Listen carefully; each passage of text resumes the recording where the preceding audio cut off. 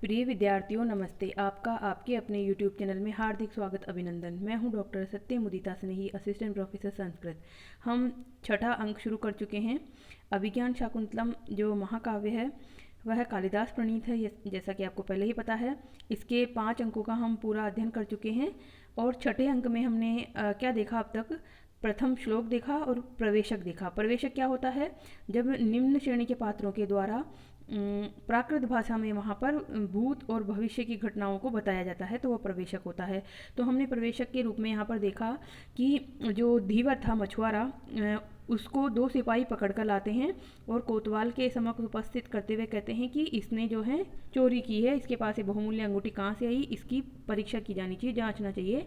तो वह राजा के सम्मुख कोतवाल उस अंगूठी को लेकर पहुंचता है और राजा उस अंगूठी को देखते ही शकुंतला विषयक सारी बातें उसे याद आ जाती है, क्योंकि दुर्वासा के शाप का जो है निराकरण हो जाता है। तो राजा कहता है कि ये जो अंगूठी के मिलने की जो घटना इसने बताई है मछुआरे ने, वो बिल्कुल सही है। वो जो अंगूठी है मछुआरे को रोहित नाम की मछली के पेट से मिली है और उसने चोरी नहीं की है। ये निष्कर्ष हमने देख लिया था कल के वीडियो में, और उसी में हमने एक पद्य पढ़ा था। तब मछुआरे पर व्यंग्य करते हुए उस कोतवाल ने, शाल ने, जो राजा का साला था, उसने कहा था कि तुम तो बहुत ही पवित्र कर्म करते हो, जो इस तरह से हिंसा करते हो, मछलियों को मारकर जो तुम अपनी घर की आजीविका चलाते हो। तब उसने एक श्लोक वहाँ कहा था, बहुत ही अच्छा श्लोक है। सहजम किल यत विनिंदितम न खलु तत्कर्म विवर्जनीयम पशु मारण कर्म दारुणो अनुकंपा मृदुरेव श्रोत्रिय। तो इस श्लोक में हमने देखा था कि कौन सा छंद था, सुंदरी नामक छंद बताया था मैंने। तो यहाँ पर एक बात आप इसमें जोड़ लीजिए, सुंदरी छंद को ही वियोगिनी छंद कहा जाता है और ये छंदो मंजरी में इसको सुंदरी छंद कहा गया है और यह अर्ध सम छंद है। तो यहाँ पर आप देखेंगे कि ये जो लक्षण है इस सुंदरी छंद का, जो मैंने कल लक्षण बताया था आपको, अयुजोर यदि सौ जगौ युजौ सबरा लगौ यदि सुंदरी मता, ये जो लक्षण है ये इसका जो अनुवाद दिया हुआ है श्लोक का, नीचे की तरफ अनुवाद दिया हुआ है मागधी भाषा में, उस पर घटित होगा पूर्णतः। श्लोक पर पूरी तरह से घटित नहीं हो पा रहा है ये, तो नीचे वाले उस पर जो मूल, क्योंकि कालिदास ने तो मूल वही लिखा है, प्राकृत भाषा में बताना है इनके संवादों को, तो यहाँ पर मागधी भाषा में ये श्लोक कहा हुआ है। और मागधी भाषा में क्या होता है, जो र होता है उसको ल बोला जाता है और श या क्ष यानी श जो है सत्य वाला श और एक षटकोण वाला श जो है उसको श शलजम वाला श बोला जाता है। और वहाँ कर्ता जो है एक वचन एकारांत में होता है, हमेशा एक वचन एकारांत में कर्ता होता है, इस तरह से विशेषता होती है। तो जो सुंदरी छंद कहें या फिर वियोगिनी छंद कहें, इसका जो लक्षण है वह संस्कृत छाया पर उतना घटित नहीं हो पा रहा है। जो मूल लिखा हुआ है नीचे की तरफ देखिएगा, श्लोक के नीचे मागधी में है वह लाइनें, उस पर घटित होता है। तो ये आप कल की वीडियो में जोड़ लीजिए। अब उसके बाद हम आगे देखेंगे। प्रवेशक हमारा समाप्त हो चुका था, तो प्रवेशक भी बता दिया था मैंने। अब आज हम इससे आगे बढ़ते हैं। तो क्या है यहाँ पर, प्रवेशक समाप्त होने के बाद में एक नया प्रसंग शुरू हो रहा है। ततः प्रविशति आकाशयानेन सानुमति नाम अप्सरा। उसके बाद प्रवेश करती है आकाशयान के माध्यम से सानुमति नाम की अप्सरा। आकाश मार्ग से या आकाश जो यान है, आकाश में उड़ने वाला जो यान है, वाहन, उससे सानुमति नाम की अप्सरा का वहाँ प्रवेश होता है। तो सानुमति कौन है यहाँ पर, बता देती हूँ आपको। सानुमति जो है वो मेनका, जो शकुंतला की माता है, उसकी सहेली है, उसकी मित्र है। वह शकुंतला के दुख से दुखी होकर जो है उसकी माता के द्वारा, मेनका के द्वारा, जो ये दुष्यंत है उसका हालचाल जानने के लिए भेजी गई है कि देखो मेरी पुत्री को तो उसने इतना दुखी कर दिया, पर खुद किस अवस्था में है, जाकर उसका पता करो कि वो राजा किस अवस्था में है। तो वह यहाँ पता करने आई है राजा की महल में। तो अभी महल में नहीं आई है, वो कहाँ पर है, वो अभी अप्सरा तीर्थ जो था वहाँ पर वो है, और वहाँ से बाद में वो महल की तरफ या उद्यान की तरफ जाएगी, वो हम देखते हैं इसमें संवादों के माध्यम से। तो ततः प्रविशति आकाशयानेन सानुमति नाम अप्सरा। तदंतर विमान से, आकाशयान का मतलब होता है जो आकाश में उड़ने वाला यान है, उससे सानुमति नामक अप्सरा का वहाँ प्रवेश दिखाया जाता है मंच पर, रंगमंच पर दिखाया जा रहा है ये सब। तो अब सानुमति के द्वारा संवाद है यहाँ पर। निवर्तितम मया पर्याय निवर्तनीयम अप्सरस तीर्थ सानिध्यम यावत साधुजनस्य अभिषेक काल इति। साधुजनस्य अभिषेक काल, साधुजन यानी सज्जनों के स्नान करने तक अप्सर तीर्थ पर, अप्सरा नाम का जो तीर्थ है उस पर सानिध्य यानी उपस्थित रहने का जो कार्य हम लोगों के द्वारा पर्याय निवर्तनियम बारी बारी से, पर्याय यानी बारी बारी से करना था, निवर्तन करना था, वो मया निर्वर्तितम मैंने कर लिया है। यानी कि यहाँ पर अप्सरा तीर्थ नाम का एक घाट है जिसपे लोग बाग नहाने आते हैं। तो वहाँ पर ये माना जाता है कि अप्सराएं वहाँ नियुक्त रहती है और कोई भी अनहोनी वो नहीं होने देती, कुछ भी अनहोनी होती है तो उसे वो बजा लेती हैं, वहाँ पे निगरानी रखती है एक तरह से। जैसे स्कूलों में स्विमिंग पूल होता है, वहाँ पर बच्चे जो हैं उसमें कोई दुर्घटनाग्रस्त ना हो जाए, इसलिए वहाँ पे गार्ड नियुक्त किए जाते हैं बहुत बड़ी बड़ी प्राइवेट स्कूलों में।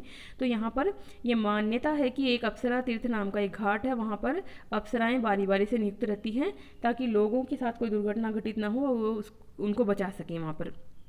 तो यहाँ पर सानुमति क्या करिए कि इस अप्सरा तीर्थ पर जो मुझे उपस्थित होना था वो मेरा समय पूरा हो गया है, मुझे अब यहाँ से जाना है। तो अब वो राजा के हालचाल जानने के लिए महल की तरफ जाना चाहती हैं। तो यहाँ पर वो कहती है सांप्रतम अस्य राजर्षे उदंतम प्रत्यक्षी करिष्यामि।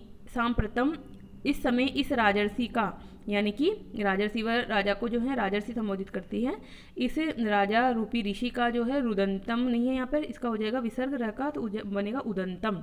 राजर्षि है उदंतम, राजर्षि का जो वृत्तांत है उसको प्रत्यक्ष करिष्यामि में प्रत्यक्ष करूँगी, उसका क्या हाल है, उसका क्या समाचार है वो मैं प्रत्यक्ष अपनी आंखों से देखती हूँ।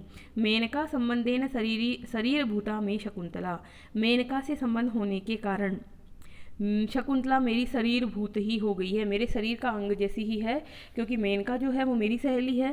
तो आपको पता ही है कि जो माँ की बहन होती है वह मौसी कहलाती है। तो एक तरह से मेनका और सानुमति आपस में सहेली तो हैं परंतु वो बहनों की तरह हैं। तो इससे शकुंतला से भी मेरा जो है मौसी जैसा संबंध हो गया है, यानी कि मेरे शरीर के अंग जैसी ही है, ये बहुत प्रिय है, मतलब वो उसको अपनी मान रही है, वो मेरे शरीर के अंग जैसी ही है। तो मैं उसकी जो है मैं ध्यान रखती हूँ, उसका जो केयर करती है वो। तो यहाँ पर इसी तरह से वो कहती है, फिर आगे क्या कहती है, तया च दुहित्री निमित्तम आदिष्ट पूर्वास्मि। तया यानी उस मेनका के द्वारा, दुहित्री निमित्तम अपनी पुत्री के निमित्त से, आदिष्ट पूर्वासी अस्मि पहले ही मैं आदेश दे दी गई हूँ। क्या आदेश दे दी गई हूँ कि पुत्री का जो है ध्यान रखने के बारे में या पुत्री की दुख को दूर करने का कोई उपाय करने के बारे में मैं मेनका के द्वारा पहले ही निर्दिष्ट कर दी गई हूँ। तो अब जो है वो इस संदर्भ में ही करती है, कार्य समन्तात अवलोक्य, चारों ओर देख करके, किम न खलु उत्सव ऋतु उत्सवे अपि निरुत्सव आरंभम इव राजकुलम दृश्यते। खलु निश्चित रूप से, ऋतु उत्सवे अपि, ऋतु यानी वसंत ऋतु का उत्सव होने पर भी, उत्सव का समय होने पर भी, राजकुलम ये राजकुल है, निरुत्सव आरंभम इव दृश्यते उत्सव के आरंभ से रहित दिखाई दे रहा है। यानी उत्सव का आरंभ यहाँ क्यों नहीं हुआ है, जब सारी प्रकृति में वसंत ऋतु का समय है ये, तो यहाँ भी उत्सव होना चाहिए था, तो उत्सव क्यों नहीं दिखाई दे रहा है यहाँ पर। तो इस तरह से वो कहती है, अस्ति में विभव प्रणिधानेन सर्वम ज्ञातुम। अस्ति में विभव का मतलब सामर्थ्य, मुझ में सामर्थ्य है, किस बात का, प्रणिधानेन सर्वम परिज्ञातुम, परिधान के माध्यम से, ध्यान क्रिया के माध्यम से, समाधि क्रिया के माध्यम से सब कुछ जानने का मुझ में सामर्थ्य है। किंतु सख्या आदरो मया मानितव्य, किंतु सखी की प्रार्थना, आदर का मतलब है यहाँ पे याचना या प्रार्थना जो है मुझे माननी चाहिए। यानी कि उसकी सखी यानी मेनका ने ये प्रार्थना की थी कि तुम प्रत्यक्ष जाकर देख कर आओ कि वहाँ राजा की क्या हाल है, राजा किस अवस्था में है। शकुंतला को त्यागने के बाद वो उसे कोई पश्चाताप है या फिर किस तरह से वो जी रहा है या किस तरह से उसने त्यागा था, क्यों त्यागा था, इस तरह का कारण जानने के लिए उसने यहाँ भेजा है। तो वो यही कहती है कि मैं प्रत्यक्ष खुद जाकर ही देखूंगी राजा किस अवस्था में है।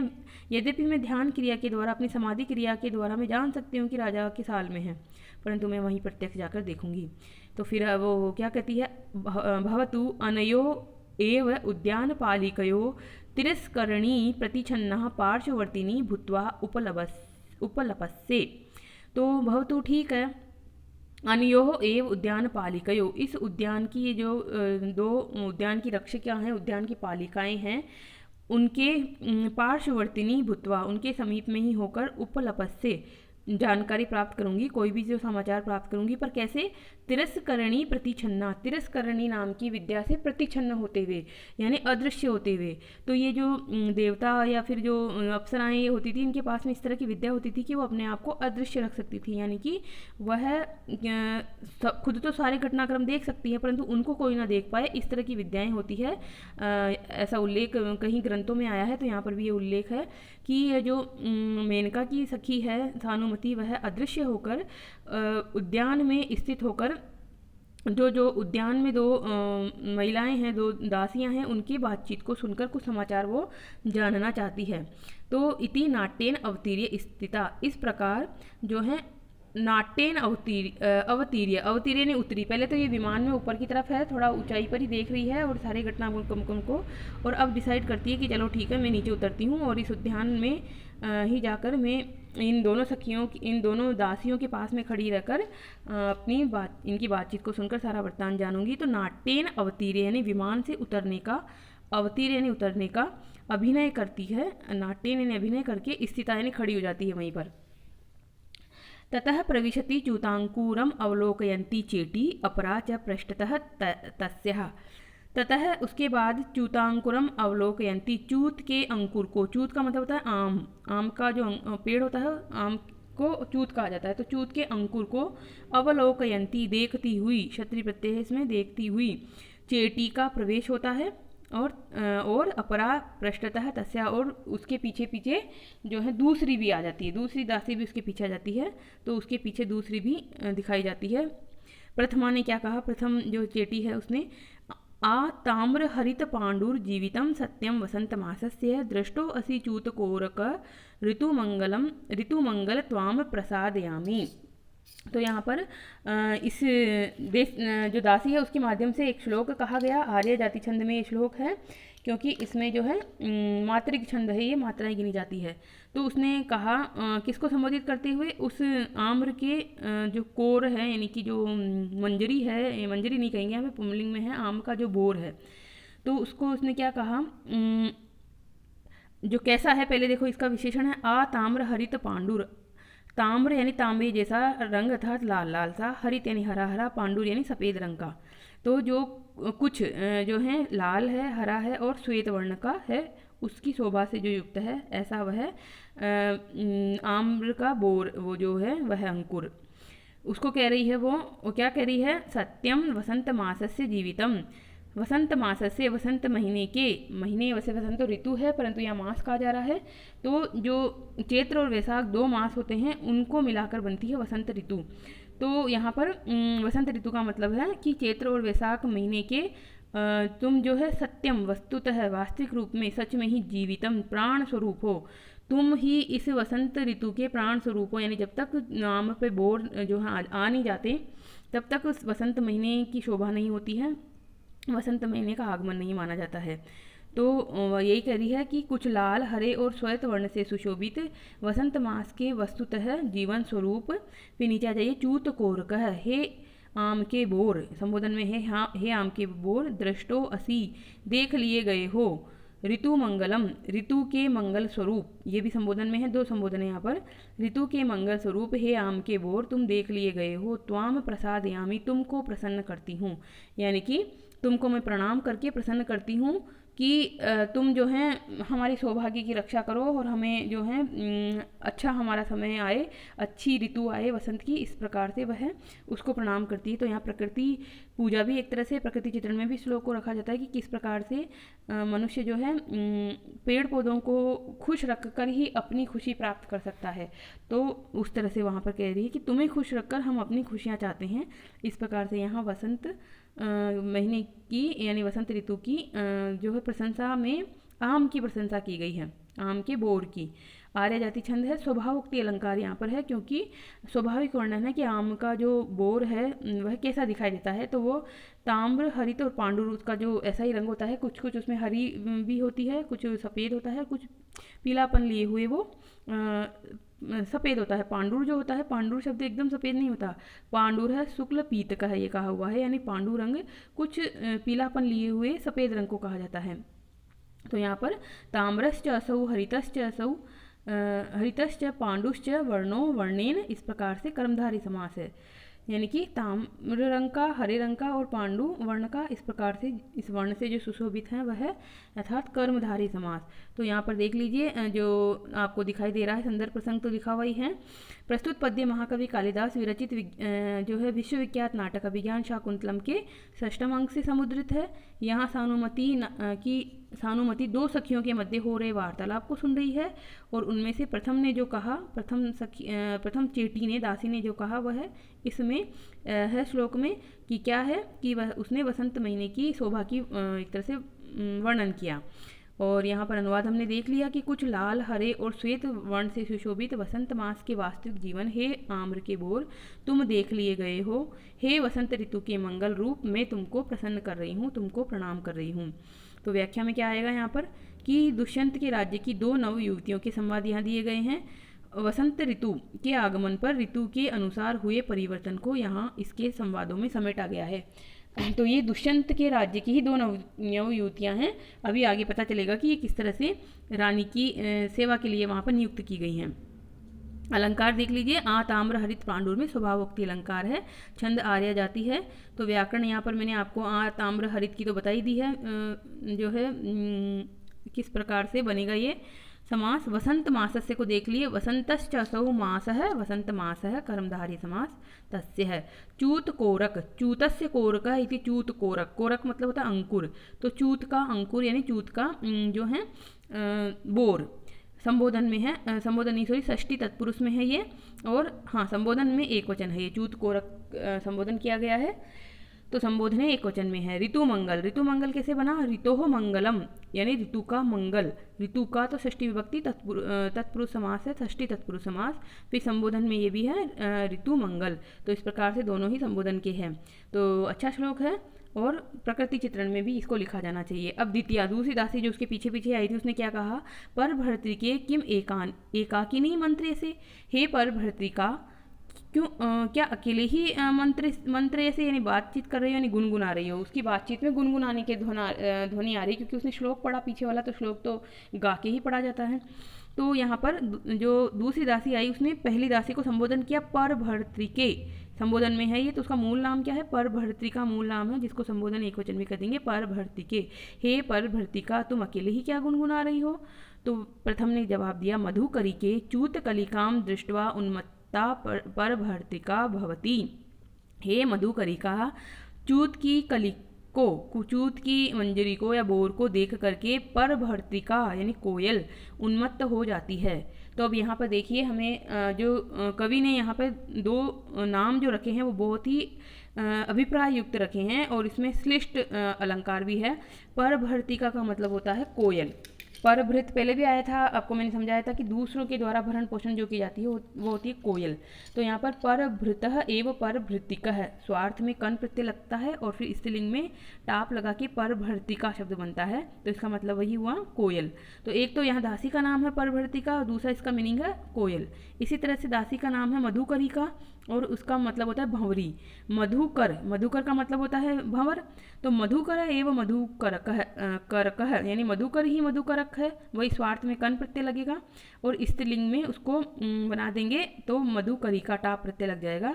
तो यहाँ पर एक भंवरी है सखी का नाम और एक दूसरी का नाम है जो है परभर्तिका।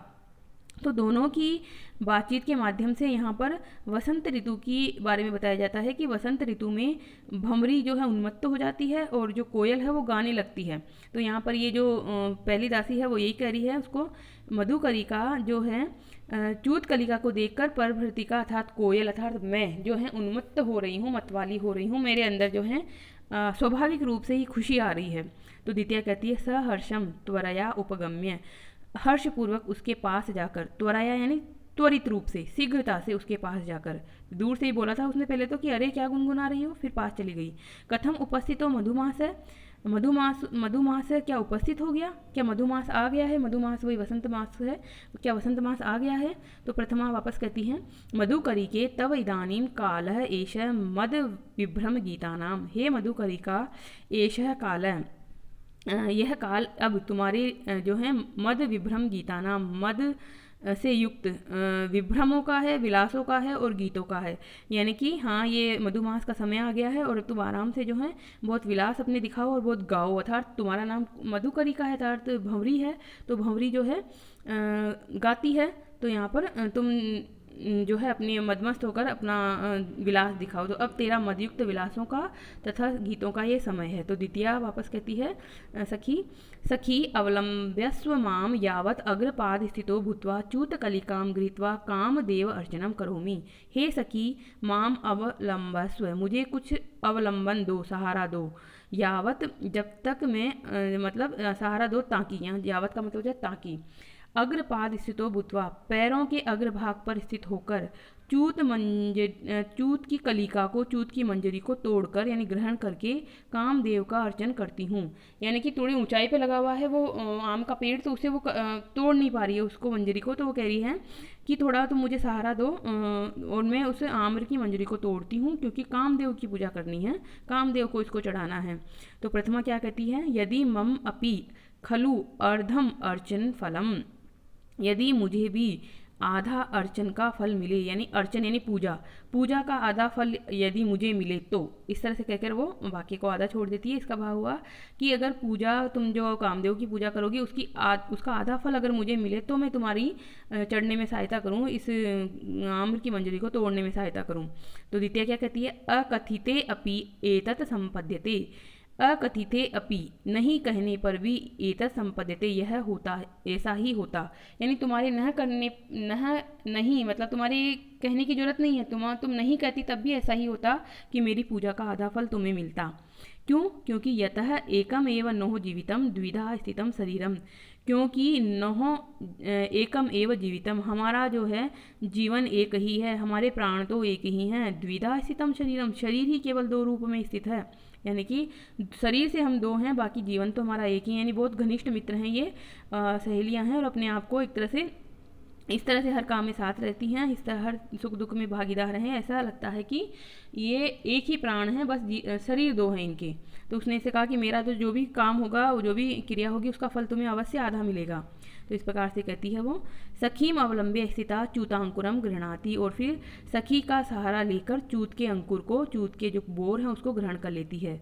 फिर आगे, अरे प्रतिबुद्धो अपि च्यूत प्रसवो अत्र बंधन भंग सुरभीर भवती, अप्रतिबुद्धो अपि, अप्रतिबुद्ध यानी कि जो विकसित नहीं हुआ है, अच्छी प्रकार से खिला नहीं है, वो भी जो है च्यूत का ये जो प्रसव है, च्यूत का ये जो कोर है, अंकुर है, वह बंधन भंग, बंधन से भंग हो गया है, डंठल से अलग हो गया है, टूट गया है। इस वजह से सुरभीर भवती, सुगंध वहाँ फैल गई है। यानी कि अविकसित होती हुई भी ये जो आम की मंजरी है वह डंठल से टूटने पर कितनी सुगंध दे रही है, ऐसे उसको आश्चर्य होता है। इति कपोत हस्तम कृत्वा, इस प्रकार कपोत के समान हाथों को बनाकर, कपोत का मतलब होता है कबूतर, तो कपोताकार हाथों को जोड़कर अर्थात अंजलि बनाकर।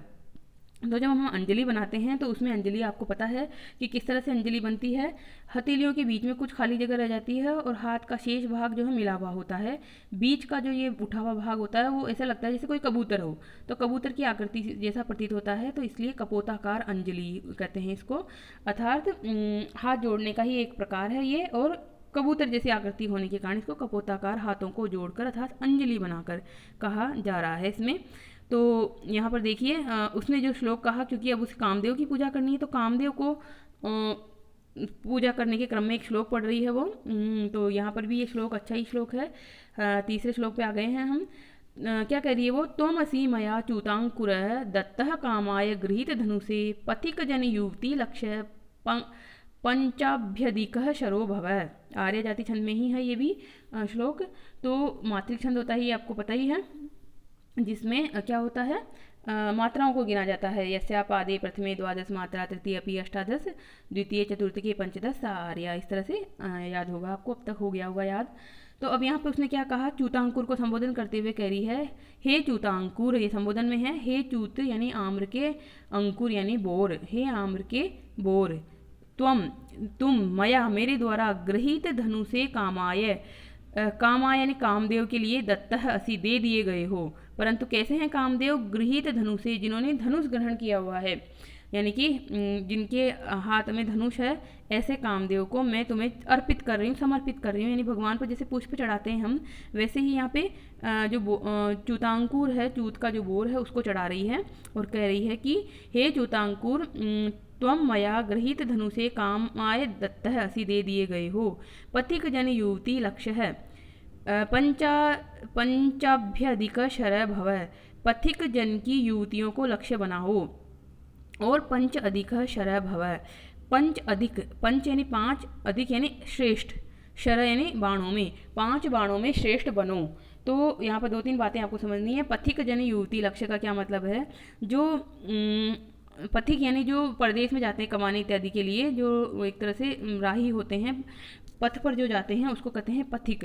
तो यहाँ पर पंथानम गच्छति इति पथिक, तो पथिक जन की युवतियाँ, जब उनके जो पति हैं परदेश चले गए हैं, यात्रा पे हैं, उनकी युवतियों को तुम लक्ष्य बनाओ। यानी कि जब पति वगैरह जो है प्रियतम जो है विदेश में चला जाएगा तो पत्नियां पीछे विरह में व्याकुल होती है, दुखी होती है। तो कामदेव के उस चूत के अंकुर को कह रही है कि तुम उसको ही लक्ष्य बनाओ और जो कामदेव के 5 बाण हैं उसमें तुम सर्वश्रेष्ठ सिद्ध हो। तो कामदेव के 5 बाण कौन से कहे जाते हैं? यहाँ पर आपके इस श्लोक के लिए मैंने यहाँ लिख भी दिया है आपके लिए अच्छा सा। अशोक जो है अरविंदम अशोकश्च च्यूतम च नवमल्लिका नीलोत्पलम च पंचेते पंचबाणस्य सहायका। जो है पंचबाण अर्थात कामदेव के 5 सहायक यानी बाण कहे जाते हैं। सहायक यानी बाण कहे जाते हैं। कौन कौन से 5 बाण हैं? अरविंद, अशोक, च्यूत यानी आम, नवमल्लिका अर्थात चमेली और नील कमल यानी नीला कमल, जो है ये कामदेव के 5 बाण कहे जाते हैं। इन 5 बाणों में तुम सर्वश्रेष्ठ बनो। यानी कामदेव जब अपनी धनुष से बाण छोड़ेंगे तो तुम्हारा बाण सबसे ज़्यादा सटीक निशाने पे लगे, इस तरह से वह कह रही है। तो यहाँ पर ये आपको श्लोक ध्यान रख लेना चाहिए, और श्लोक ध्यान नहीं रहे तो वैसे याद कर लेना चाहिए कि अरविंद, अशोक, आम्र, नवमालिका और नील कमल, 3 तो ऐसे ही नाम शुरू हो रहे हैं। अरविंद, अशोक, आम्र, नवमालिका और नील कमल 2 न से शुरू हो रहे हैं। इस प्रकार से आपको आराम से याद हो जाएगा कि कामदेव के 5 बाण कौन से हैं। तो अब यहाँ पर उसने इस तरह से कह दिया, और वो जो पूजा कर रही है उसमें चढ़ाएगी उसको आम्र मंजरी को कामदेव पे। तो नीचे यही वाक्य आएगा इसमें कि इति च्यूतांकुरम क्षिपति, इस प्रकार च्यूतांकुर को फेंकती है, यानी भगवान के ऊपर समर्पित करती है, कामदेव के ऊपर समर्पित करती है। तो इस प्रकार से है। यहाँ पर देख लीजिए संदर्भ प्रसंग आपके लिए बनाया हुआ ही है यहाँ पर कि दूसरी सखी कह रही है कि हे आम्र मंजरी, मैं तुमको कामदेव को समर्पित करती हूँ और तुम कामदेव के श्रेष्ठ बाण बनो। और देख लीजिए यहाँ पर अनुवाद हो गया। फिर व्याख्या में क्या देखेंगे हम? छंद बता देंगे, आर्य जाति छंद है। व्याकरण देख लीजिए यहाँ पर पथिक जनानाम युवतयः लक्षाणि यस्य स, पथिक जन युवती लक्ष्य है।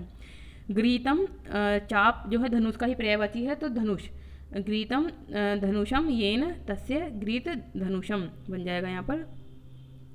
पंच जो थे पंच, और जो है अधिक, अधिक यानी श्रेष्ठ, तो पंचानाम अंतरितः कह दिया यहाँ पर। हम इसको जो है ये भी कह सकते हैं, जो यही शब्द लिखा हुआ है पंचानाम अभ्यधिक है, अभी अधिक है, अधिक है यानी कि 5 में अधिक, श्रेष्ठ जो हो वो, इस तरह से ये बन जाएगा आपका समास। अब चलिए आगे। तो उसने उस च्यूतांकुर को कामदेव को समर्पित करते हुए फेंक दिया वहीं पर। भविष्य अपटिक्षेपेण कुपितः, अपटिक्षेपेण, पट्टी का मतलब पट यानी वस्त्र, वस्त्र यानी पर्दा, पर्दे को बिना उठाए ही कुपितः प्रविश्य, क्रोध पूर्वक प्रवेश करके। तो पर्दा उठाया जाता है तब वहाँ दृश्य नया बदलता है, पर यहाँ पर क्रोध पूर्वक किसी का आगमन दिखाया जा रहा है, तो उसने पर्दा उठाया ही नहीं बल्कि एक सरकाया, एक झटका दिया उस पर्दे पर और प्रवेश कर गया वहाँ पर, यानी रंगमंच पर इस तरह से दिखाया जा रहा है कि बिना पर्दा उठाए ही क्रोध के साथ प्रवेश होता है। किसका प्रवेश होता है? कंचुकी का प्रवेश होता है। वो कहता है माँ तावत अनात्मज्ञे, हे मूर्ख, अपने आप को नहीं जानने वाली, अपनी सुध नहीं रखने वाली, माँ तावत ऐसा मत करो, हे मूर्ख ऐसा मत करो। देवेन प्रति सिद्धे वसंत उत्सवे त्वाम आम्रकलिकाम भग्नम की मारव से। देवेन यानी देव, जो महाराज के द्वारा वसंत उत्सव का प्रतिषेध कर दिए जाने पर तुम आम्रकलिका को क्यों तोड़ना आरंभ कर रही हो, यानी क्यों तोड़ रही हो, क्यों इसकी शोभा खराब कर रही हो। जब वसंत ऋतु में वसंत उत्सव मनाना ही नहीं है, तो वसंत उत्सव मनाते तो फिर भी काम देव की पूजा करने के लिए ये आम्र की मंजरियाँ तुम्हें इकट्ठा करना होता, पर अभी तो जो है वसंत उत्सव मनाना ही नहीं है, तो तुम इसको क्यों तोड़ रही हो आम्र की मंजरियों को। तो उभे भीते दोनों ही डर जाती है, एकदम कांप जाती है। भीते जो है द्विवचन में है, जैसे भीता भीते, दोनों ही डरकर क्या कहती हैं, प्रसीदतु आर्य, आर्य प्रसन्न होइए, अग्रहित अर्थे आवाम, आवाम यानी हम दोनों, अग्रहित अर्थे, अर्थे यानी इस वृत्तांत से, इस समाचार से अग्रहित हैं यानी ग्रहण नहीं की हुई है, यानी हम दोनों को यह बात जानकारी में नहीं है, हम दोनों इस बात को नहीं जानती हैं। तो कंचुकी कहता है न किल श्रुतम युवाभ्याम यत वासंतिकैः तरुभिः अपि देवस्य शासनं प्रमाणीकृतं तद आश्रयेभिः पत्रिभिश्च किम न किल श्रुतम युवाभ्याम, तुम दोनों के द्वारा नहीं सुना गया है, क्या नहीं सुना गया है कि वासंत के तरुभी, वसंत के समय में खिलने वाले इन वृक्षों के द्वारा, और तद आश्रय भी पत्रिभिश्च, उन पर आश्रय लेने वाले इन पक्षियों के द्वारा भी, देवस्य शासनम प्रमाणीकृतम, देव का यानी महाराज का शासन यानी आज्ञा को प्रमाण बनाया गया है, प्रमाणित कर दिया गया है। यहाँ पर देखिए ये जो श्लोक आएगा इसमें पता चलेगा कि किस प्रकार से जो है महाराज की आज्ञा को ये प्रकृति भी मान रही है, जिसमें कुछ पेड़ों की और कुछ जो है पक्षियों की बात होते हुए ये श्लोक है। बहुत अच्छा श्लोक है, प्रकृति चित्रण में आता है ये श्लोक का वर्णन, और शार्दुल विकृतम ये छंद है।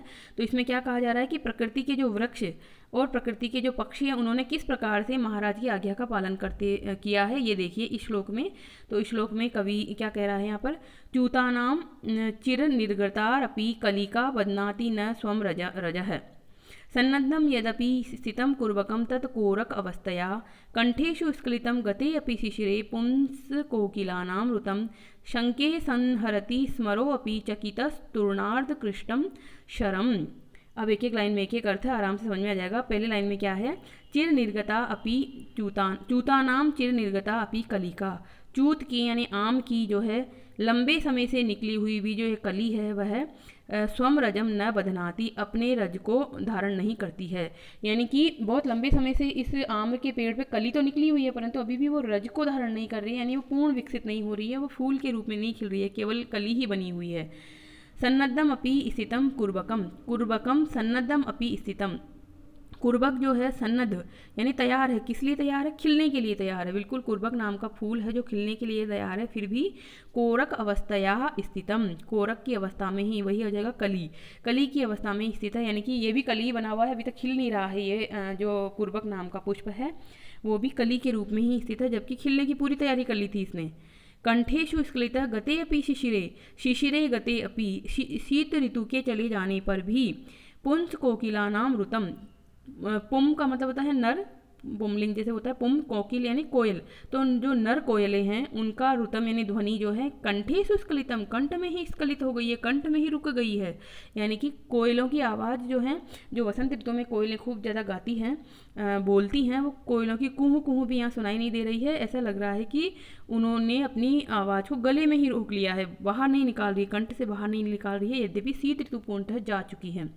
फिर आगे देखिए, संके मानो या मैं समझता हूँ कि स्मरो अपि चकितः, चकितो स्मरो अपि, चकित हुए यानी भयभीत हुए, आश्चर्यचकित हुए, ये जो कामदेव हैं वो भी क्या कर रहे हैं, तूर्ण अर्ध कृष्टम शरम, तूर्ण से तुणीर जो होता है, तुणीर यानी तरकश, तरकश से आधा खींचा हुआ है, शरम यानी बाण को, संहरती पुनः जो है संहार कर लेते हैं, रोक लेते हैं। यानी कि कामदेव ने अपने बाण छोड़ने के लिए बाण को आधा तो खींच लिया था अपने तरकश से, परंतु फिर भी रोक लिया वहीं पर। क्यों रोक लिया, इस ऊपर वाले 3 पद्यों में इसके कारण हैं, क्योंकि वो डर गए हैं कि जब प्रकृति में ही वसंत ऋतु नहीं आई है तो फिर मैं कैसे बाण छोड़ दूं, क्योंकि कामदेव के बाण जो है वसंत ऋतु में छोड़े जाते हैं। तो यहाँ पर जो एक हमें अलंकार भी मिलेगा, बहुत अच्छा अलंकार है ये, कि किस तरह से प्रथम 3 चरणों के 3 वाक्य जो हैं यहाँ चतुर्थ चरण में जो कहा गया है कि कामदेव ने अपने बाण खींच लिए हैं, उसका कारण है ये ऊपर के 3 जो लाइनें हैं वो। तो यहाँ पर काव्यलिंग अलंकार है, तो इस वजह से यहाँ काव्यलिंग अलंकार है। यहाँ पर और भी अलंकार हमें मिलते हैं, कौन कौन से अलंकार मिलेंगे हमें, संके शब्द जो आता है यहाँ से उत्प्रेक्षा अलंकार हमें है, क्योंकि संके, ध्रुवम, प्रायम, नूनम इस तरह के जो शब्द हैं उससे उत्प्रेक्षा प्रतीत होती है, और कवि यहाँ उत्प्रेक्षा ही कर रहा है कि यद्यपि जो है हो सकता है कि कोयले वैसे ही चुप हो, उस समय फूल नहीं खिल रहे हो, परंतु कवि ने अपनी संभावना दिखाई है यहाँ पर, उत्कट कोटिक संभावना, और उसको जोड़ दिया है कि राजा के आदेश को मानो प्रकृति भी मान रही है, इस तरह से यहाँ उत्प्रेक्षा है। तो यहाँ उत्प्रेक्षा अलंकार है। इस संके शब्द में है। अब एक और यहाँ पर जो है हमें मिलता है विशेषोक्ति अलंकार, वो भी माला रूप में विशेषोक्ति अलंकार है कि ये जो प्रथम तीन जो लाइनें हैं उसमें हमें दिखेगा कि चिर निर्गत तो एक कारण है, फिर दूसरी लाइन में कारण है सनद्धम यद्यपि, तीसरी लाइन में कारण है गति अपि शिश्रे। तो इन तीन कारणों के होते हुए भी यहाँ पर कार्य में नहीं दिखाई दे रहा है। कार्य क्या है कि रज का नहीं निकला, परागकण को उसने नहीं किया पहली लाइन में, दूसरी लाइन में है कि कोरक अवस्था में ही अभी तक वो बना हुआ है यानी खिला नहीं है, और तीसरी लाइन में है कि जो आवाज़ है कोयलों की वो गले में ही रुकी हुई है, कोयलों की कुहू को नहीं सुनाई दे रही है। तो प्रथम तीन चरणों में कारण जो है निर्गत चिर निर्गतत्व आदि कारणों के रहने पर भी कार्य अर्थात पराग का निकलना, कली का खिलना और कोयलों की जो आवाज़ सुनाई देना कारण यहाँ पर नहीं दिखाई दे रहे हैं, कार्य यहाँ पर नहीं दिखाई दे रहे हैं। तो यहाँ विशेषोक्ति अलंकार है और क्रमशः तीनों लाइनों में तीन विशेषोक्ति होने से माला रूप विशेषोक्ति है ये। तो विशेषोक्ति आप जानते ही हैं, सतीर हेतु फलाभावे विशेषोक्ति, यानी कि कारणों के होते हुए भी फल अर्थात कार्य का भाव होना विशेषोक्ति अलंकार कहलाता है। तो यहाँ पर विशेषोक्ति हमें मिलती है। और छंद कौन सा बताया मैंने, शार्दुल विकीर्तम छंद है, जो कि 12 वर्णों का एक छंद होता है, 12 और 7 पर यति होती है। तो इस प्रकार से यहाँ पर बहुत अच्छा छंद है परीक्षा की दृष्टि से। और उसकी जो हम करते हैं चरित्र चित्रण क्या कहते हैं, प्रकृति चित्रण जब हम करते हैं कि कालिदास ने किस प्रकार प्रकृति का तादात्म्य किया है, प्रकृति का मानवीकरण किया है, वो यहाँ पर आती है। तो इस प्रकार से यहाँ प्रकृति का चित्रण भी हमें दिखाई देता है और ये आपके लिए यहाँ पे सामने उपस्थित ही है। इसमें देखो संदर्भ तो हो ही गया, प्रसंग क्या होगा, यहाँ कंचुकी कह रहा है कि अभी तक आम्र पर कलियाँ क्यों नहीं खिली है जबकि वसंत ऋतु आ चुकी है। तो इसका कारण है हमारे दुष्यंत की आज्ञा को माना जा रहा है प्रकृति के द्वारा। भी तो तुम्हें कैसे पता नहीं है, जब प्रकृति ही मान रही है दुष्यंत के आदेश को, तो तुम्हें भी जानना चाहिए था और मानना चाहिए था इसको। तो इस प्रकार से यहाँ पर है। अब यहाँ पर देखो व्याख्या में एक्स्ट्रा क्या मिलेगा, राजा दुष्यंत ने शकुंतला के वियोग में अपने राज्य में वसंत उत्सव न मनाने की घोषणा करवा दी थी, जिसके कारण मानो सारी प्रकृति ने उनकी आज्ञा का पालन करते हुए अपने अपने कार्य बंद कर दिए हैं। कोयल बोल नहीं रही है, आम की कली जो है वो अपने पराग को धारण नहीं कर रही है और कुर्बक खिलने को तैयार है परंतु कली के रूप में ही बना हुआ है, अर्थात खिला नहीं है अभी तक। तो शार्दुल विकृतम छंद है। अलंकार देख लीजिए, जो मैंने समझाया वो यहीं लिखे हुए हैं आपके कि यहाँ पर कलिका आदि के चिर निर्गतत्व आदि रूप कारणों के होते हुए भी रजोबंधन आदि रूप कार्य का अभाव होने से विशेषोक्ति अलंकार है। और क्रमशः 3 लाइनों में 3 विशेषोक्तियाँ हैं, तो माला रूप विशेषोक्ति है। कार्य के संबंध में भय की संभावना करने के कारण उत्प्रेक्षा अलंकार है यहाँ पर कि मानो भयभीत हो गए हैं कामदेव और इसलिए वो अपने बाण को वापस खींच लिए हैं। तो इस प्रकार से यहाँ पर उत्प्रेक्षा है। चतुर्थ पादगत वाक्य के प्रति पूर्व पाद त्रय जो है पूर्व पाद त्रयगत वाक्य हेतु के रूप में उपस्थित है यहाँ पर, इसलिए काव्यलिंग अलंकार भी है। और देखिए व्याकरणात्मक टिप्पणी दिखी रही है आपको, चिरंग निर्गता चिर निर्गता द्वितीय तत्पुरुष समास, बदनाति बद धातु से लट लकार अन्य पुरुष एक वचन में, सन्नद्धम सम उपसर्ग पूर्वक नह धातु से त प्रत्यय है, कोरकस्य अवस्था इति कोरक अवस्था तया कोरक अवस्था तया, इस तरह से बन जाएगा ये। पुमांसम च ते कोकिलाः तेषाम, यानी ऐसी कोयलें जो पुमान है यानी पुमलिंग में है, जो यानी नर कोयलें भी गाती है और मादा कोयलें भी गाती है, परंतु यहाँ शायद छंद की पूर्ति करने के लिए पुम शब्द भी एक्स्ट्रा जोड़ दिया इसमें कि छंद बना रहे जो है अक्षर पूर्ति हो जाए छंद में, पूरे 19 वर्ण हो जाए इसलिए। अर्धकृष्टम, अर्धम कृष्टम अर्धकृष्टम, आधा खींच लिया है जिसने, ऐसा अर्धकृष्ट है यहाँ पर। फिर देखिए तूर्णात अर्धकृष्टम, तूर्ण से बाहर निकाला हुआ यानी तुनीर से बाहर निकाला हुआ, शंख के शब्द में है, शंख जो है धातु है, लट लकार उत्तम पुरुष एक वचन में है। तो अब जो है उभय कहती हैं नास्ति संदेह महाप्रभावो राजर्षि, इसमें संदेह नहीं है, महाप्रभावो राजर्षि, राजर्षि जो हैं वो महान प्रभावशाली है, उनका प्रभाव तो प्रकृति भी मान रही है, हम ये बात मानती हैं। यहाँ पर उभय शब्द से की जगह सानुमति का भी हम इस वाक्य को मान सकते हैं, क्योंकि सानुमति ही राजा को राजर्षि शब्द के रूप में संबोधन करी थी। हमने पहला वाक्य ही देख लिया था जब उसने कहा था कि ये राजर्षि जो हैं किस अवस्था में है, इनको देखने के लिए मैं खुद प्रत्यक्ष करने जाऊँगी, तो वहाँ भी उसने राजर्षि कहा था। तो यहाँ पर ये वाक्य सानुमति का होना चाहिए, ये ज़्यादा सही लगता है, क्योंकि जो दासियाँ वगैरह जो कहती हैं वो अपने स्वामी को भर्तु कहती हैं, स्वामी कहती हैं, इस तरह से कहती हैं। तो यहाँ पर ऐसा लगता है कि ये सानुमति का वाक्य होना चाहिए था, दासी का वाक्य ये नहीं लग रहा है। तो अब आगे देखते हैं हम। प्रथमा ने क्या कहा, आर्य कति दिवसान्य आवयो मित्रा वसुना राष्ट्रेण भट्टिनी पाद मूलम प्रेषितयो, हे आर्य जो हैं कति दिवसानी कुछ कति यानी कितने, दिवसान यानी दिन हुए हैं, कितने दिन हुए हैं, आवयो हम दोनों को जो है प्रेषित भेजे गए, हम दोनों को भेजे हुए यहाँ कितने दिन हुए हैं, किसके द्वारा भेजा था, राष्ट्रीय मित्रावसुना, मित्र वसु नाम के रक्षक यानी वो जो शाल है राष्ट्र का रक्षक जो है, नगर का जो रक्षक है कोतवाल है, उसके द्वारा क्यों भेजा गया था, भट्टनी पाद मूलम, भट्टनी की यानी कि जो रानी है उसके चरणों में सेवा के लिए भेजा गया था हमें, यानी उसकी सेवा में हमें भेजा गया था मित्रावसु नाम के उस शाल के द्वारा। शाल का मतलब होता है राजा का शाला कोतवाल जो सामान्यतः नियुक्त किया जाता है। तो यहाँ पर जो राजा का साला था उसने 2 लड़कियों को दासी के रूप में भेजा है रानी है यहाँ पर, रानी की सेवा करने के लिए, क्योंकि भट्टनी शब्द जो है रानियों के लिए आता था, महारानी के लिए तो जो है देवी शब्द आता था, पटरानी होता था। तो यहाँ पर भट्टिनी यानी कि राजा की कोई पत्नी है, उसका भाई है, वो कोतवाल के पद पर नियुक्त है वहाँ पर, और उसने इसी राज्य की 2 लड़कियों को रानी की सेवा में नियुक्त किया है वहाँ पर। तो इस प्रकार वो कह रही है कि कितने दिन हुए हैं हमें अभी यहाँ पर नियुक्त हुए, अर्थात कुछ ही दिन हुए हैं, हम तो कुछ ही दिनों से यहाँ पर आई हुई हैं। इत्थम च नौ प्रमद वनस्य का पालन कर्म समर्पितम, और इस प्रकार हमें जो है इस प्रमद वन का, इस उद्यान की सुरक्षा का पालन का कर्म हमें सौंपा गया है कि हम उद्यान का ध्यान रखें। रानी की सेवा में जब भेजा गया था तो रानी ने हमें ये काम दिया है कि जाओ उद्यान का तुम ध्यान रखो। तद आगंतुक तया अश्रुत पूर्व आवाभ्याम एषः वृत्तान्तः, तद आगंतुक तया, तो आगंतुक होने की वजह से, आवाभ्याम हम दोनों ने ही इस वृत्तांत को अश्रुत पूर्व में नहीं सुना है, यानी इसलिए नव आगंतुक होने के कारण हम दोनों ने ये समाचार पहले नहीं सुना है। तो कंचुकी कहता है भवतु, ठीक है, न पुनर्एवं प्रवर्तितव्यम, फिर से ऐसा नहीं करना, तुम फिर से ऐसा मत करना जो तुम अभी कर रही थी, यानी फिर से तुम आम्र की बोर को मत तोड़ना। उभय दोनों कहती हैं आर्य कुतूहलम नो, हमें कुतूहल है। किस बात का कुतूहल है, यद अनेन जनेन श्रोतव्यम कथयतु आर्यः किम निमित्तेन भर्ता वसंतो उत्सवः प्रतिषिद्धः। यदि अनेन जनेन श्रोतव्यः, यदि इन लोगों के द्वारा सुना जाने योग्य हो, यानी इन लोगों अपने आप के लिए कह रही हैं, दोनों कह रही है पर मतलब वाक्य में विभक्तियाँ एक ही रूप में कही जा रही है कि यदि हम लोगों के द्वारा सुन सकने योग्य यह वार्तालाप हो, ये घटना हो, तो कथयतु आर्य, कहिए आर्य, किम निमित्तम, किस कारण से स्वामी ने वसंत उत्सव को रोक दिया है।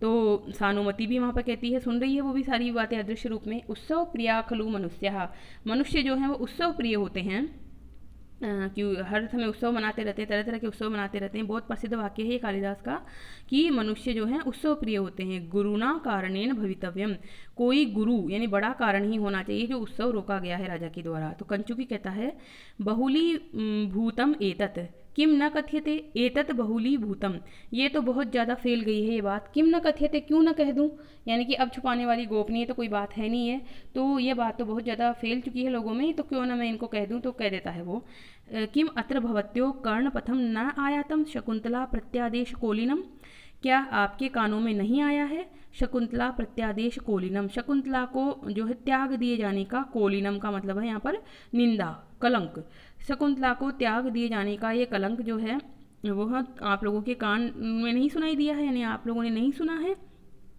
तो दोनों कहती है श्रुतम राष्ट्रीय मुखात यावत अंगुलीयक दर्शनम, श्रुतम सुना है, राष्ट्रीय मुखात यानी उन्हीं जो राजा का साला है जो कोतवाल है उसी के मुख से हमने उंगलीय यानी अंगूठी के प्राप्त होने तक का वृत्तांत सुना है, अंगूठी के मिलने तक की घटना सुनी है। तो कंचुकी कहता है तेन ही अल्पम कथितव्यम, तो मुझे कम ही कहना है, यानी इतनी घटना तो इन्होंने पहले ही जान रखी है कि अंगूठी कैसे मिली, अब आगे का मैं कह दूंगा। तो तेन ही अल्पम कथितव्यम, तो थोड़ा ही कहना है। तद एव खलु स्व अंगुलीयकम दर्शनात् अनुस्मृतम देवेन, तो उस ही अंगूठी को जो है अनुस्मरण, अंगूठी से अनुस्मरित हुए, यानी कि अंगूठी के द्वारा याद दिलाए गए, देवेन देव यानी महाराज के द्वारा। सत्यम ऊढ़ पूर्वा में तत्र भवती रहसी शकुंतला, तत्र भवती वह देवी शकुंतला रहस्य यानी एकांत में, ऊढ़ पूर्वा, ऊढ़ यानी विवाह की गई है, पूर्व यानी पहले में ही, सत्यम ये बात सच है। राजा को यह बात याद आई कि मैंने सचमुच ही श्रीमती शकुंतला से पहले एकांत में विवाह किया है। मोहात प्रत्यादिष्टा इति, मोह के कारण, अज्ञान के कारण जो है मैं उसको परित्याग कर दिया है, मैंने उसका परित्याग कर दिया है। तदा प्रवृत्ति एव पश्चातापम उपगतो देव है, उसके बाद से ही जो ये देव है पश्चाताप को प्राप्त हो गए हैं, यानी तब से लेकर अब तक जो है पश्चाताप की अग्नि में ही ये जल रहे हैं। तथा ही क्योंकि अब जो राजा के लिए पश्चाताप रूपी जो अग्नि है वो इस पद्य में कही जा रही है। ये पद्य हम जो है अगली कक्षा में पढ़ेंगे, ताकि हमारा जो है ज़्यादा बड़ा ना हो वीडियो, और अगली कक्षा में इसको पूरा कर लेंगे। बहुत अच्छा पद्य है परीक्षा की दृष्टि से। आज हम इसको यहीं रोकते हैं, तो कल मिलेंगे जो है इसके अगले भाग के साथ। तब तक के लिए आप इसको अच्छी प्रकार से देखिए, समझिए, और चैनल पर पहली बार आएँ और वीडियो को आपने अभी तक भी जो है मतलब चैनल को अभी तक भी सब्सक्राइब नहीं किया है तो सब्सक्राइब कर लीजिए। बेल आइकन को दबाकर ऑल शब्द पे क्लिक कर लेंगे तो आपको इस चैनल पर डाले जाने वाले सभी वीडियो तुरंत मिल जाएंगे। तो हम जो है कल मिलेंगे, और आपको वीडियो ज़रूर अच्छा लग रहा होगा, लाइक कीजिए इसको, ज़्यादा से ज़्यादा शेयर कीजिए, और किसी भी तरह का कोई कमेंट हो सकारात्मक नकारात्मक तो अवश्य ही लिखें कमेंट बॉक्स में, क्योंकि आपके सकारात्मक जो कमेंट होते हैं वो हमें ऊर्जा देते हैं और नकारात्मक कमेंट से हमें सुधार का मौका मिलता है। तो दोनों दृष्टियों से ही हमारे लिए हितकारी बात है। तो आप जो है लिखें, अपना 1-2 मिनट का समय दें और उस कमेंट बॉक्स में कुछ जो भी अच्छा बुरा जो भी आपको लगता है वो ज़रूर लिखें। धन्यवाद। कल फिर मिलेंगे इसके अगले भाग के साथ। तब तक के लिए खुश रहिए, स्वस्थ रहिए।